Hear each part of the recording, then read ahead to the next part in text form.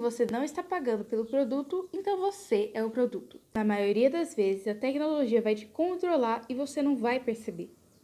Acontece a minoria das vezes e eu estive nela e vou contar como que foi que aconteceu. O Dilema das Redes. É um documentário, mas ainda assim acompanhado de narrativa, o que torna até mais atrativo para pessoas da minha idade. E eu já vou explicar por quê.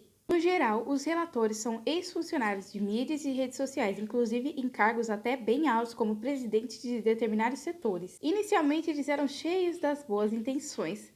Por final em comum, eles todos se demitiram, à percepção de um problema. Mas que problema era esse? Um dos participantes, inclusive, fez um manifesto enquanto ainda estava contratado e enviou para 20 pessoas. Em seguida, isso subiu para 400 visualizações.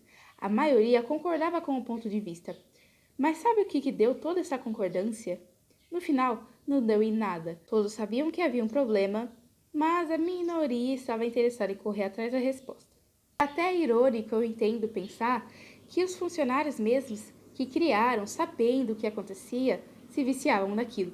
Inclusive, esse é um exemplo do porquê somos chamados de usuários na internet, porque é viciante assim como as drogas são. Vale pontuar que saímos recentemente de um cenário pandêmico, onde esse vício foi agravado.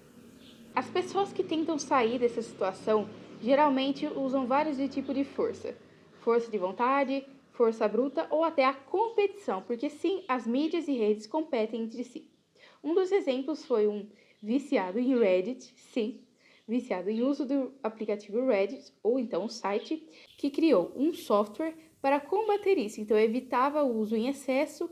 Talvez não pareça, mas a psicologia e a tecnologia estão ligadas.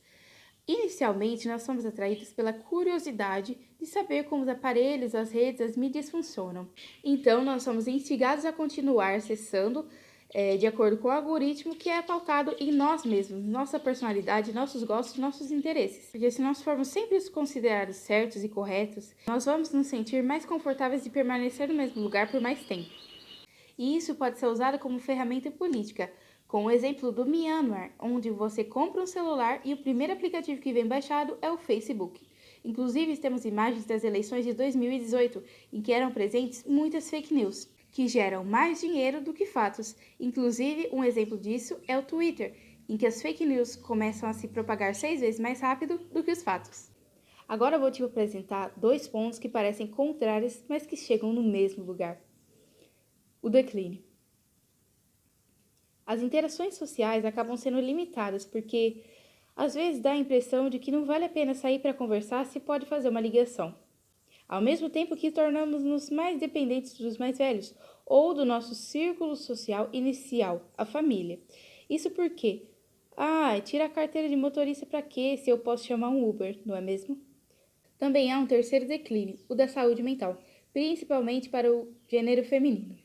Sobre a independência, ocorre na internet uma procura maior pela atenção, o reforço excessivo dos padrões de beleza para o público feminino, pois ganharão atenção se encaixarem nos padrões estipulados.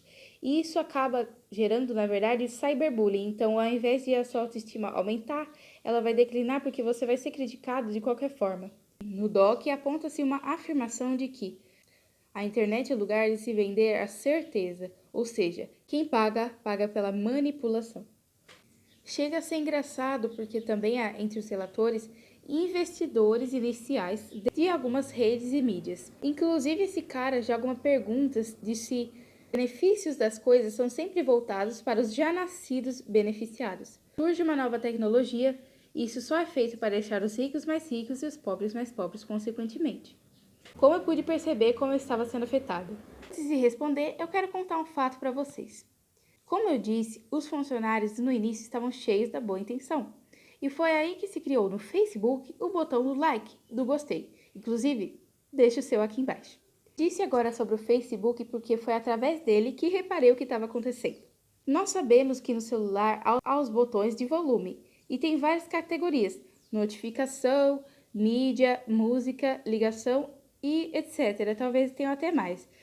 Bom, é até simples. O Facebook não usava o volume para as notificações dele na categoria de notificação, e sim categoria de mídia.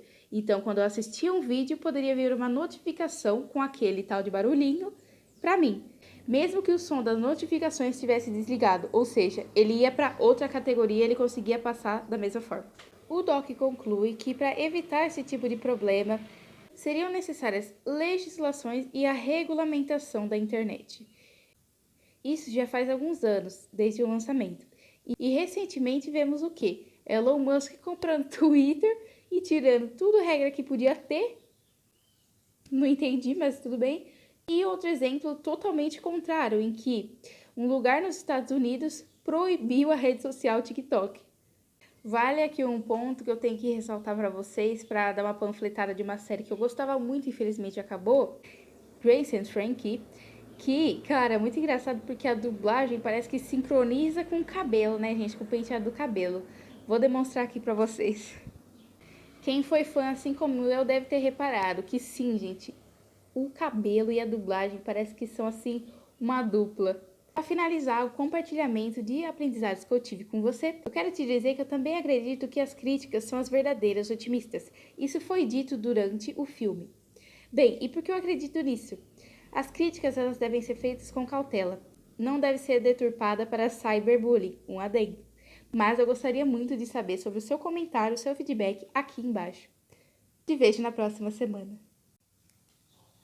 Espero que esses takes tenham ficado bom, que o enquadramento também, porque eu tentei gravar isso 2 vezes. A cachorrada aqui da vizinhança estava animada, a galera também aqui falando no meio da rua, transporte, tudo mais um pouco.